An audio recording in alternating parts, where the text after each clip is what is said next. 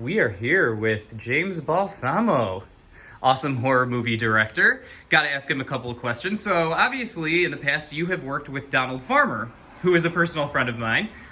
You did Shark Exorcist and Cannibal Hookers. Can you go ahead and give me a little bit of background on that and let me know a little bit about those movies and how that was? Sure. I actually went to Tennessee to throw up pea soup for Donald Farmer personally in Shark Exorcist. And you know, Shark Exorcist has gone on to be a great cult film. Who are those guys that make fun of cheesy movies? MST3K. MST3K, and then there's Joe Bob Briggs. Right. There was another internet... Riff Tracks. Yeah, Riff something like that. They featured a clip of me vomiting pea soup from Shark Exorcist. Okay, that's awesome. So now with the pea soup, was it similar to the way they did it in the actual Exorcist? Was there like a tube, or how did you do that? No, I put it in my mouth and spit it out. And then you spit it out. Yeah, and Donald was kind enough to let me ad-lib some lines. So I see a corpse and then I say, I'd still do her. Classic, absolutely classic. Now, Cannibal Hookers, I know you just kind of wrapped, and that one just came out actually. So It did, on Troma now. It is. So again, you guys work with Troma also, which is fantastic. Toxic Avenger, Rabid Grannies, all the good cult classics of the 80s and 90s. So as far as Cannibal Hookers goes, is there anything that you can tell us about that one? Yeah, my dick gets ripped off. So who doesn't want to see that? I heard.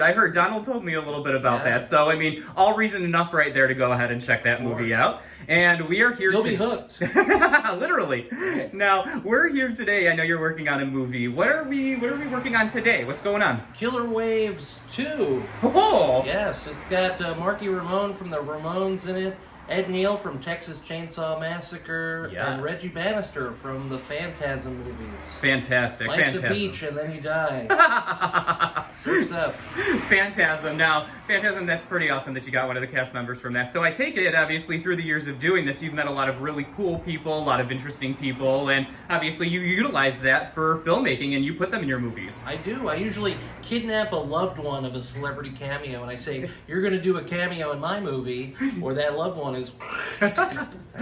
That's how I've worked with so many great people over the years. That's pretty awesome. Do you have any secrets as far as like your favorite celebrity that you've worked with? Who is like the coolest person that you've gotten in one of your films? You know what? Sid Haig put it eloquently, because I worked with him on Hanukkah, a movie I produced, also Dick Miller's last film. Sid Haig said, you know, it's hard to pick your favorite friend. You got to like them all.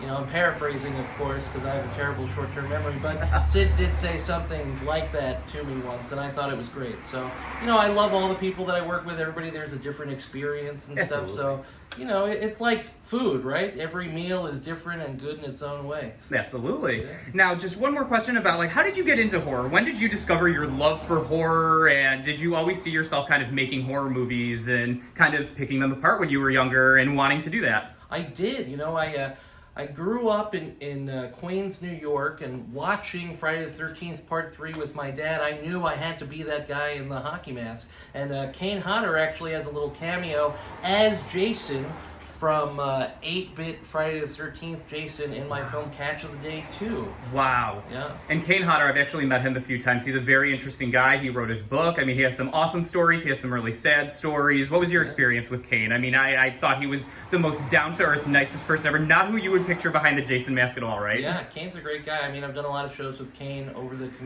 years doing conventions, and usually Kane and I are the last ones in the bar over the weekend, you know what I mean? So Kane's always fun to hang out with. Just the way I like it. No, thank you so much. And I mean, do you have anything to say? Anything that you would like to personally promote that you're doing right now? Say any last words? Go to acidbathproductions.com. I've got t-shirts, action figures, VHS tapes. Go get Killer Waves on VHS.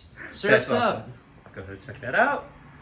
Killer Waves, and we are here right now on the set of Killer Waves 2. So make sure that'll be hitting streaming pretty soon, I'm sure, right?